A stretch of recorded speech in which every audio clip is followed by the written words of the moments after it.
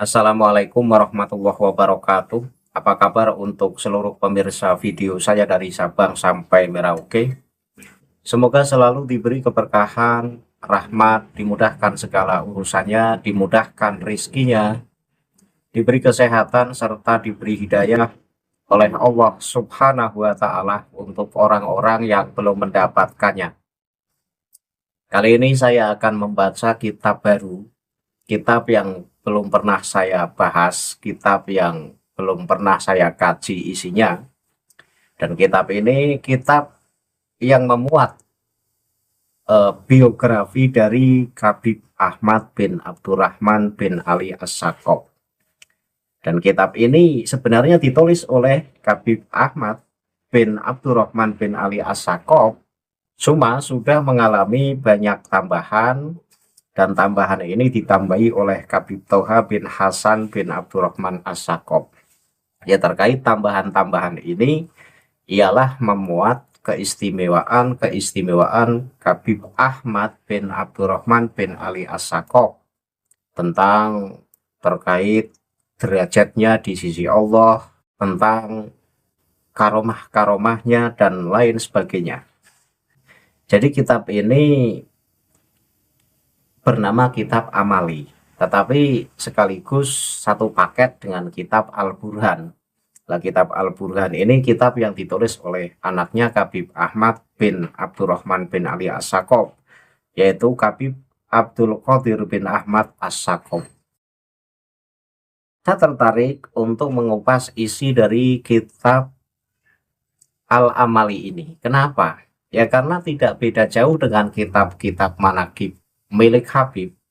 Isinya selalu kehebatan-kehebatan mereka, keramat-keramat mereka, dan juga cerita itu dibuat melalui jalur mimpi. Nah, inilah yang menjadi ciri khas kitab manaqib Ba'lawi. Kenapa saya kemudian terus menggali kitab-kitab Ba'lawi dari berbagai judul? Nah, setelah saya kaji, setelah saya teliti, ternyata cara mengunggulkan tokoh-tokoh mereka itu polanya sama, yaitu melalui jalur mimpi. Kenapa kok harus melalui jalur mimpi? Ya karena mereka itu pinter. Dengan melalui jalur mimpi, maka tidak bisa diverifikasi apakah cerita itu benar terjadi atau tidak. Ya karena si pemimpi ini bisa saja berbohong, tetapi untuk mengidentifikasi kebohongannya, ini kan tidak bisa. Jadi jangan-jangan cerita ini hanya dibuat-buat seolah-olah orang tersebut mimpi, padahal tidak. Hanya dalam rangka untuk membuat cerita kehebatan tokoh-tokoh mereka saja. Nah, ini polanya sama, 90% kitab manaqib Ba'lawi itu tokohnya diakui sebagai orang luar biasa, tetapi yang mengakui orang-orangnya sendiri. Dan itu diisbat lewat mimpi. Dalam dunia sejarah, tokoh-tokoh Ba'lawi ini jarang sekali terkenal sebagai ilmuwan. Terbukti dalam kitab eksternal ini jarang sekali yang mengulas terkait keilmuan dari Habib-Habib Ba'lawi. Tetapi ketika di internal itu diglorifikasi sebagai tokoh luar biasa, tokoh besar, tokoh al-alim dan al-alamah. Ini menunjukkan bahwa mereka itu hanya membangun satu otoritas agar kesan di mata publik itu klan mereka sebagai klan yang berilmu, klan yang diisi oleh golongan para wali, padahal itu ngedabrus semua. Nah, kitab Al-Amali ini saya tertarik mengkaji di halaman 189. Ada dua cerita, yang cerita ini akan saya kritisi karena semuanya itu jalurnya mimpi. Yang pertama, redaksi saya tampilkan di layar sehingga penonton bisa ikut menyimak, dan sebagai bukti bahwa apa yang saya bahas ini bukan saya menebar fitnah, bukan saya menebar berita hoax, tetapi ini benar-benar saya membaca kitab Al-Amali, kitab karya Habib. Saya baca redaksinya. Wa qala Syaihu Abdul Kabir Bahumaid, ra'aitu ka'anna a'yanal ardi ijtama'u fi masjidi Sayyidi Husain ibn Abdillahi Aidida lihuduri sama ikis soti maulidin nabi sallallahu alaihi wa alihi wasallam wa fi muqaddimatihim sayyidil habibu Ahmad bin Abdurrahman As-Saqafu wa hum yatahadasuna wa yatakallamuna summa tasafahu jami'a wa summa tasafahu jami'a wa qarru kulluhum wa syahidu bil khilafati nabawiyyati lil habibi Ahmad bin Abdurrahman As-Saqafi. Artinya apa? Artinya bahwa Syekh Abdul Kabir Bahumet berkata, saya bermimpi seolah-olah para pemuka bumi berkumpul di Masjid Sayyid Husain bin Abdul Wahid untuk menghadiri pembacaan kisah Maulid Nabi Shallallahu Alaihi Wasallam. Di barisan paling depan di antara mereka adalah junjungan saya, yaitu Habib Ahmad bin Abdurrahman As-Saqaf. Mereka sedang bercakap-cakap dan berbincang. Kemudian mereka semua bersalaman, lalu mereka semua mengakui dan memberikan kesaksian atas khilafah nabawiyah atau pewaris sifat kenabian bagi Habib Ahmad bin Abdurrahman As-Saqaf. Ini mimpi.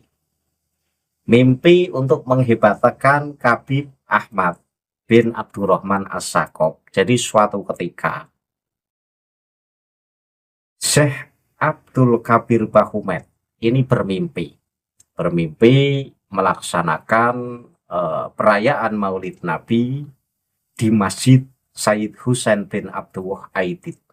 Di sana dihadiri oleh pemuka dunia, karena di sini memakai bahasa pemuka bumi. Nah, pemuka bumi ini saya sebut sebagai pemuka dunia, tokoh-tokoh dunia hadir.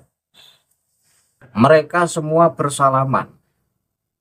Karena di barisan yang paling depan itu ada Habib Ahmad bin Abdurrahman As-Saqaf. Kemudian mereka tokoh-tokoh dunia ini mengakui bahwa Habib Ahmad bin Abdurrahman As-Saqaf sebagai khilafah nabawiyah. Nah, ini pola ceritanya itu sama dengan cerita-cerita di kitab-kitab lain. Jadi untuk menghebatkan Habib Ahmad bin Abdurrahman As-Saqaf, maka dibuatlah cerita jalur mimpi. Bahwa dalam mimpi itu seluruh tokoh-tokoh dunia itu hadir dalam perayaan Maulid Nabi. Kemudian tokoh-tokoh dunia itu bersalaman kepada Habib Ahmad bin Abdurrahman As-Saqaf. Kemudian tokoh-tokoh dunia ini memberi kesaksian bahwa Habib Ahmad bin Abdurrahman As-Saqaf ini pewaris kenabian atau khilafah nabawiyah. Ini kalau hanya menyebut sebagai khilafah, bahasa khilafah ini remeh. Khilafah itu seorang guru ini tidak bisa hadir, kemudian diganti oleh orang lain, maka orang lain itu bisa disebut khilafah. Begitu remeh bahasa khilafah. Tetapi ketika kemudian sudah disebut sebagai khilafah nabawiyah, maka ini menjadi eksklusif. Seseorang itu posisinya atau derajatnya mengganti posisi Nabi setelah Nabi wafat. Nah, ini merupakan gelar yang luar biasa. Walau diisbat lewat mimpi, yang mengisbat tokoh-tokoh dunia, ya tapi dunia mimpi. Nah, ini kan aneh. Jadi, kalau seseorang kemudian mengajar ilmu agama, kemudian disebut sebagai khilafah nabawiyah, maka akan banyak ustadz, akan banyak kiai yang kemudian disebut sebagai khilafah nabawiyah. Itu kalau hanya seseorang yang mengajar ilmu agama bisa disebut sebagai khilafah nabawiyah. Tetapi tidak seremeh itu. Seseorang tidak bisa mengganti posisi Nabi, maka tidak boleh kemudian kita sebut sebagai khilafah nabawiyah. Wong pengasuh pondok-pondok pesantren besar saja, katakanlah kiai-kiai Nusantara, misalkan pengasuh Lirboyo, pengasuh Plosok, pengasuh Sidogiri, kemudian pengasuh Pondok Apik Tegalrejo, kemudian Pondok Apik Kauman Kaliwung, dan lain sebagainya. Itu adalah pondok-pondok besar yang sudah dikenal di seluruh penjuru Indonesia. Mereka tidak pernah, pengasuh-pengasuh pondok-pondok tersebut tidak pernah merasa sebagai khilafah nabawiyah. Mereka biasa menamakan dirinya sebagai khotimul ilmi. Nah, bahasa khotimul ilmi ini karena merasa bahwa dirinya tidak pantas sebagai khilafah nabawiyah. Kok kemudian Habib Ahmad bin Abdurrahman As-Sakop diisbat oleh seluruh tokoh dunia bahwa Habib Ahmad bin Abdurrahman As-Sakop sebagai khilafah nabawiyah, orang yang menduduki posisi sebagai pengganti Nabi. Ini kan gelar luar biasa. Tapi ya sudahlah, wong ini hanya diisbat lewat jalur mimpi, dan tokoh dunia yang mengisbat juga tokoh dunia mimpi.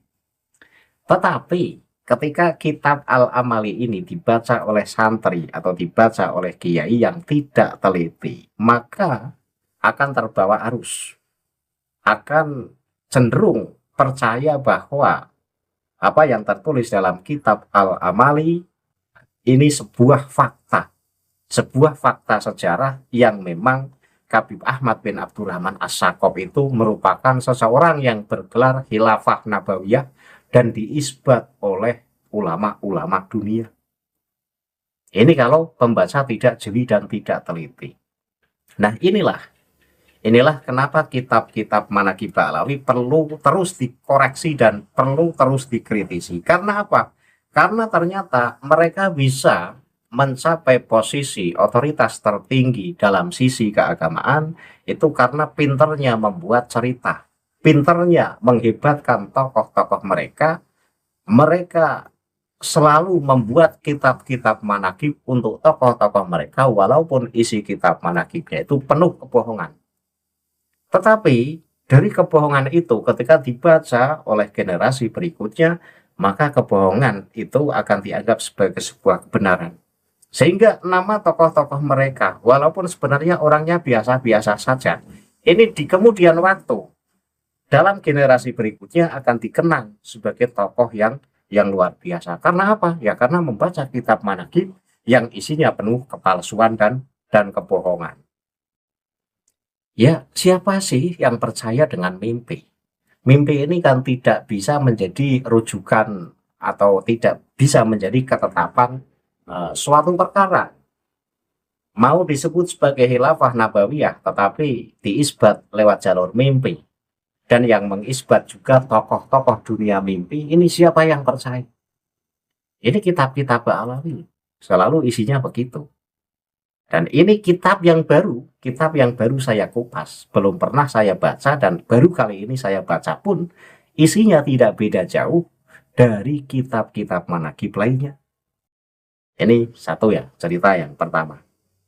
Bahwa Habib Ahmad bin Abdurrahman As-Sakop disebut sebagai orang yang bergelar khilafah nabawiyah, ini bohong. Karena apa? Karena diisbat lewat jalur mimpi dan yang mengisbat adalah tokoh-tokoh dunia mimpi.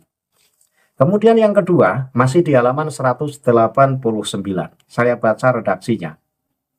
Wa qala Syekhu Abdul Kabir Ibn Humaid al-madhkuru aidon ra'aitu lailatas sulasai tanggal 6 Muharram tahun 1357 Hijriah. Ka'anna nahnu wal Habibu Ahmad bin Abdurrahman As-Sakofu wa indana wahidatun min nisa'i Ali Bahumaidi as-solihati wa soro kalamun minal Habibi Ahmada walam afton say'un minhu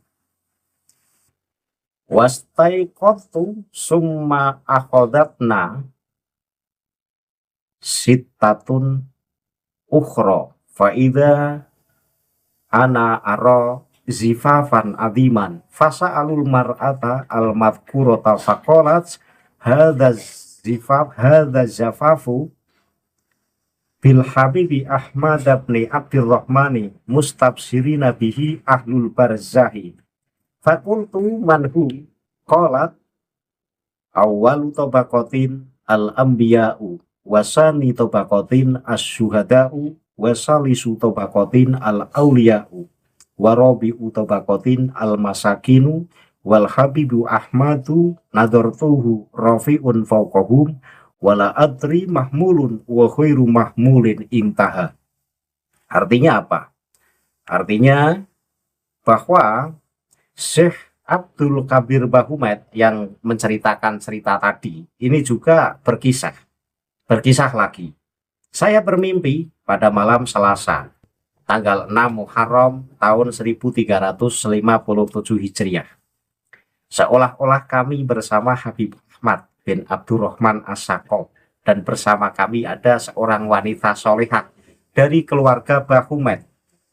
Habib Ahmad mengucapkan suatu perkataan, namun saya tidak memahami sesuatu pun darinya. Lalu saya terbangun. Kemudian saya tertidur sejenak lagi. Tiba-tiba saya melihat perayaan pernikahan yang agung. Ini maksudnya bukan perayaan pernikahan, tetapi perayaan yang meriah sebagaimana meriahnya perayaan pernikahan orang-orang agung. Kemudian mereka bertanya kepada wanita tersebut. Lalu ia berkata, ini adalah perayaan atau penyambutan untuk Habib Ahmad bin Abdurrahman. Penduduk alam barzah merasa gembira dengannya. Jadi bahwa Habib Abdul Kabir Bahumet ini bermimpi bahwa suatu ketika melihat perayaan yang sangat meriah, perayaan yang sangat mewah. Dalam mimpi itu ada wanita solehah dari keluarga Bahumet. Kemudian banyak orang tanya kepada wanita tersebut, ini perayaan apa? Dijawab oleh wanita tersebut, ini perayaan meriah ini dalam rangka untuk menyambut Habib Ahmad bin Abdurrahman As-Sakop.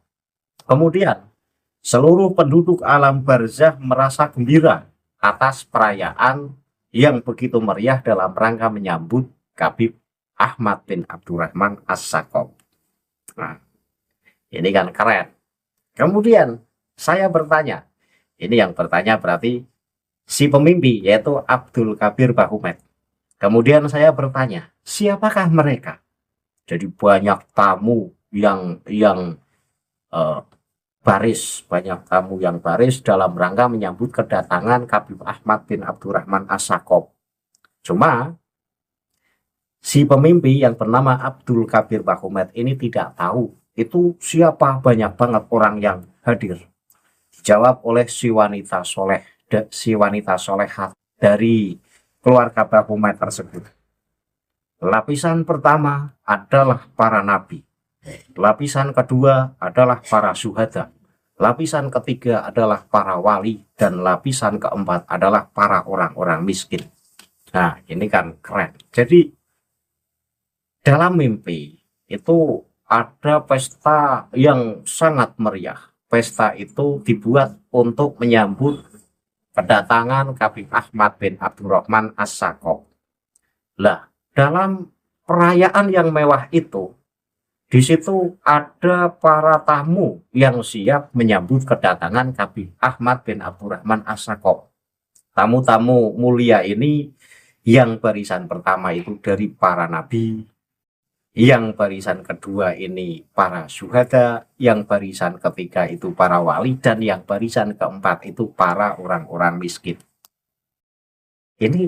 Kisah ini dibuat dalam rangka untuk menghebatkan Habib Ahmad bin Abdurrahman As-Sakop.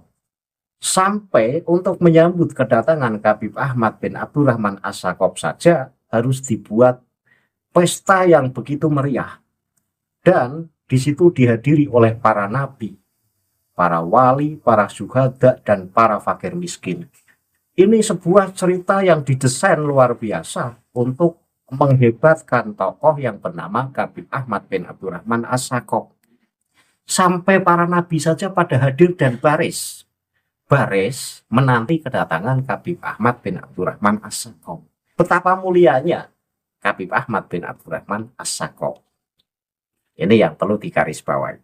Kemudian si pemimpi bilang, saya melihat Habib Ahmad berada di posisi yang tinggi di atas mereka. Jadi Habib Ahmad yang disambut kedatangannya ini sudah berada di posisi yang paling tinggi di antara para nabi, di antara para syuhada, di antara para wali, dan di antara para fakir miskin yang menyambutnya. Dan saya tidak tahu apakah ia sedang diusung atau tidak. Artinya ditandu. Ini dalam istilah perayaan di Hadramaut itu kan, kalau perayaan pernikahan biasanya kan pengantinnya itu ditandu. Ditandu diarak.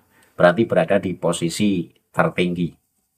Ini betapa betapa luar biasanya desain cerita ini memukau. Walaupun cerita ini lagi-lagi dibuat lewat jalur mimpi, tetapi ini membuat satu kesan bahwa Habib Ahmad bin Abdurrahman As-Sakop itu orang yang punya derajat yang luar biasa. Sampai kehadirannya ini ditunggu oleh seluruh penduduk alam barzah. Bahkan harus dibuatkan pesta yang meriah.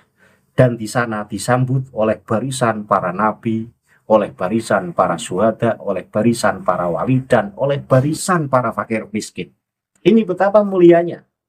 Terkesan pembaca kitab ini yang tidak teliti akan menganggap bahwa derajat Habib Ahmad bin Abdurrahman As-Sakop ini mengungguli dari derajat para nabi-nabi Allah. Tapi ya sudahlah, lagi-lagi ini cerita jalur mimpi.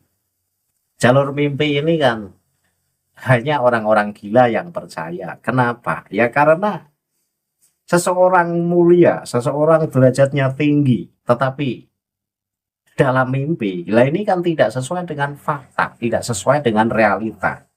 Tetapi inilah kitab Ba'alawi. Membuat tokoh-tokoh mereka menjadi hebat, iya diisbat lewat jalur mimpi. Yang menghebatkan itu cerita mimpi. Dan tokoh-tokoh pun tokoh mimpi semua yang menghebatkan mereka. Jadi faktanya orang-orang Ba'alawi itu adalah orang yang punya ambisi luar biasa agar namanya itu dianggap sebagai tokoh luar biasa. Sehingga dari generasi ke generasi Ba'alawi ini selalu membuat manaqib moyang-moyangnya. Misalkan moyang pertama meninggal, maka akan dibuatkan kitab manaqib oleh generasi berikutnya. Tentu ceritanya luar biasa, walaupun tidak sesuai dengan fakta sejarah. Yang penting ngibul, yang penting pembaca manaqib tersebut percaya. Kemudian ketika generasi kedua meninggal pun, maka generasi ketiga pun akan membuat kitab manaqib yang sama. Dan membuat cerita yang hebat pula. Membuat kisah-kisah keramat tokoh mereka. Walaupun laki-laki tidak sesuai dengan fakta sejarah. Yang penting mereka bisa menghebatkan tokoh mereka sehingga apa? Sehingga di kemudian waktu tokoh-tokoh mereka akan dianggap oleh publik sebagai tokoh yang luar biasa.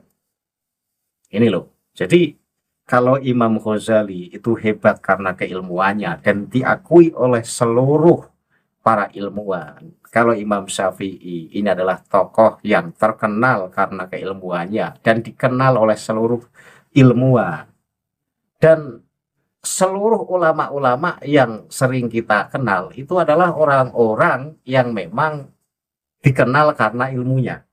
Tetapi Ba'alawi ini tokoh-tokoh mereka dikenal karena katanya wali kutub, katanya sohibul wakti, dan lain sebagainya. Dan itu yang membuat orang-orang mereka dan dibuat lewat jalur mimpi.